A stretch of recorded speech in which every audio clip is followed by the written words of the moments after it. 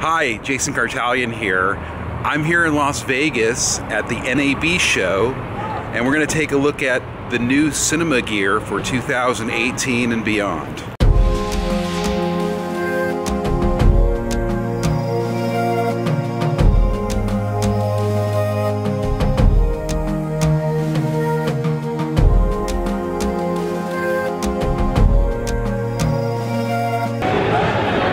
Over at the Canon booth, it's the brand new EOS 700 FF.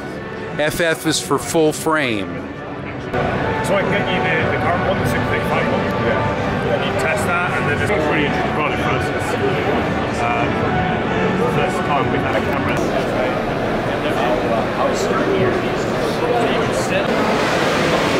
This is the new DJI R2 gimbal for heavy cameras like the Red One, Airy Mini.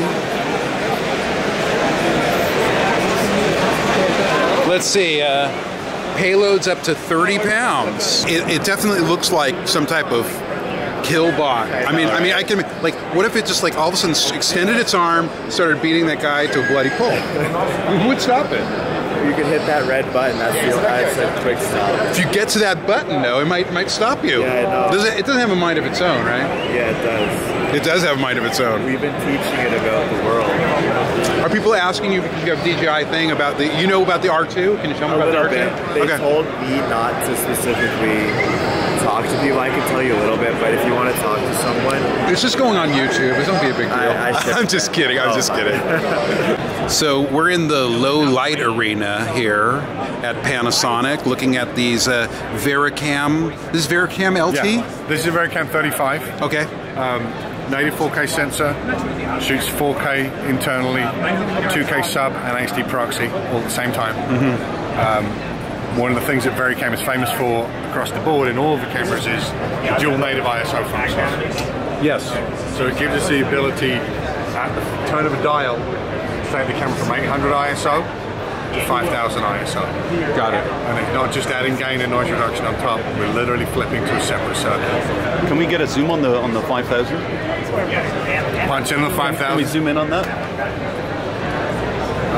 Yeah, where's our zoom? Yeah, there we go. Thank you. What is this called? This is Motion Box with the Skater Kit add-on. A Martian box. Motion Box, yeah. Like on Mars, like a planet? No, Motion. Motion box. Okay, that's good enough. I was thinking like it's like a Mars roll. So you control it through your phone? Yep. So can I? So you have a special app? Is it Android or iOS? Both. Yep. And then how do you control? You can manually slide it like this. You adjust your speed. Oh, so the speed's at 100%. This is as fast as it goes? You can, on manual slide, this part does not have any meaning, so you can just use this part. Oh, okay. Oh, so it's manual. So you control the speed by holding it further. Yep. Is there a ramping, or it'll go faster, or just start slow? We limited the speed since we're on this table. So it's slow. Any accidents. You don't want to hurt anyone. Yep. Well, it goes up to 6 centimeters per second. So about 2.5 inches per second. It's good for like a one-man band. Yep. Because you don't have to have someone roll for you. So this is the manual version. You can also program it so that it will go on its own.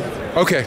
So that's where the speed and all the ramping. That's where you have time lapse. 360 mode is like a 3. It goes all the way around at a certain circumference, and you control, I guess, how the circle is through these controls here. Controls, yeah, exactly.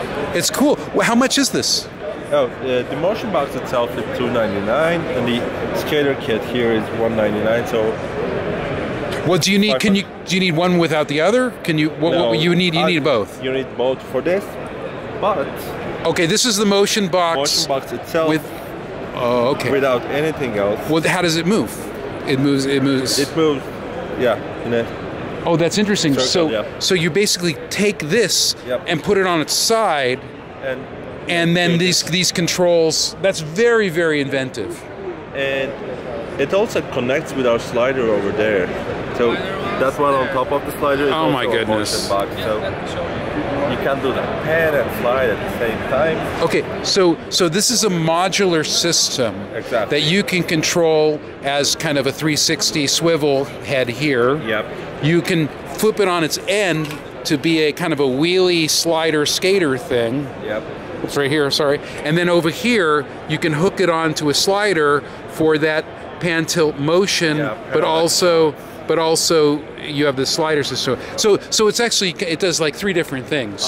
More than 3. Okay, there's another one. You can flip it vertically and use it for tilts instead of pans. Very inventive. Hello, we're with Casey from Besteady. How's it going, guys? All right, explain your rig here. So this is the Besteady Mini, and this is the 3rd generation gimbals coming out of ACR. So they're taking a lot of their experiences from the last few years to try to really improve what they're doing for the market. This new offering is primarily meant for mirrorless cameras, but they can also be heavy duty, so they can be in cages, heavy lenses. You can do accessories like follow focus, and it's really meant to kind of be all encapsulated. So with the new battery technology, you're getting up to 18 hours. They're starting to think they might be able to even get 24 hours just running the gimbal. So that's 1 or 2 days on set without ever having to recharge or repower the gimbal. The good news is with the camera cradle system, there's also an output. So if you're using Sony, Panasonic, or Blackmagic cameras, you can also charge your camera with the same battery. I believe they're getting up to 5 or 6 hours with a 7S Mark II and the gimbal. So that's less battery changes for your camera, that's less unmounting and remounting. So it's really meant to kind of keep you shooting as long as possible. What's the weight limit for the camera? So the weight limit is kind of a funny thing. I think it depends on who you ask. What we're promoting is 5.3 pounds, and that's still with perfect performance, no degradation in performance. A lot of other manufacturers might say theirs are good for about 8 pounds, but obviously you're going to get a lot more sluggish response. So kind of the same results. But even if you max it out 5 pounds, you're still getting the same performance you would be if you had the smallest package on there as possible. Is there a remote control for the gimbal? Yes. So there's a remote control for this system. So not only is there a standalone unit, which will be similar to a smartphone, a glass display, so you can control all the camera settings as well as the gimbal settings, but there's also an app in case you don't want to spring for the standalone piece, and that will include all the same functionality, and both of those will include a virtual joystick, so that way you can also control this from a distance. Price?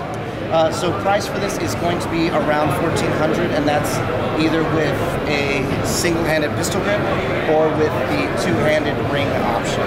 Can you hold that up and we can watch, we can take a look, and I'll just do some B. Here.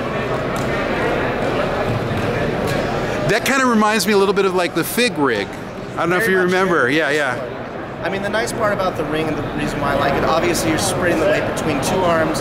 You can be much smoother, much more precise, but also it's still very small. We've used this inside of vehicles multiple times, and you never end up running into things, so it very much kind of encourages you to find more options and places to shoot.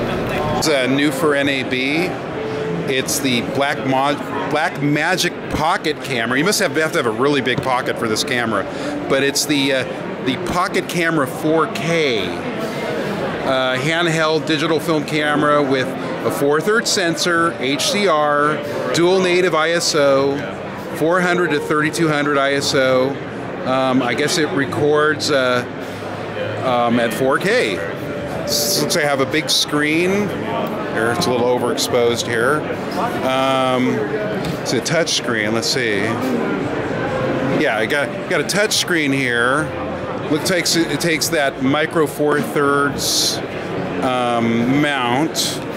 You got some controls on the top here. Similar to the pocket camera controls on the top here. You got a touch screen, which is different. And definitely looks like an interesting camera. It's got a very interesting classic look. Looks like an old Polaroid camera, actually. I don't think the film comes out of the back. I wonder what it records on. Oh yeah, it records on CFast 2.0 cards. And direct recording on USB-C media disc. And it's pretty reasonably priced. It's priced at $1,300. And you got, let's see, it looks like you got mounts on both top and bottom. Here are the mounts here. Let's look at this. HDMI, standard HDMI. You got, oh, okay. A throwback to old red days, you got a mini XLR right here. So this is a mini XLR plug for audio. It's a power plug. Okay, mic cable and for mic and headphones. Let's see how this. I guess this is where you put the media. The issue I was having with the let's say the pocket camera. I mean, that's my experience with it was. I mean, and I worked on post on some of the other cameras. Was when you take the screen outside? Yeah, sure. It was very difficult. Are not, outside are not super ideal. Sun over the shoulder, straight onto the screen. It needs a loop or some type of. I mean, this is a shinier screen, so it's kind of like just that nice, sweet middle ground. These really cool microphones here, right here. Yep. But then also you got like kind of these heat sink fans. Ventilation. Yeah. Is there a fan there, or is this ventilation? Is it passive? Just here. I'm not 100% sure there is a fan in there. There might just be a Peltier. I'm not sure. I can't answer that, but the industrial designer was just here. He'd be able to tell you. Because my concern is whether or not the fan and the mic would pick up sound. So yeah, looks like a really interesting handheld 4K camera that Blackmagic is offering. I'm sure people will be very excited about this thing. Okay, we've arrived to Sony. Now, Sony is like a huge monster company, and it's very hard to get close to any of their cameras, but I will attempt to try to do that. 4K XD cam, CMOS, Z190.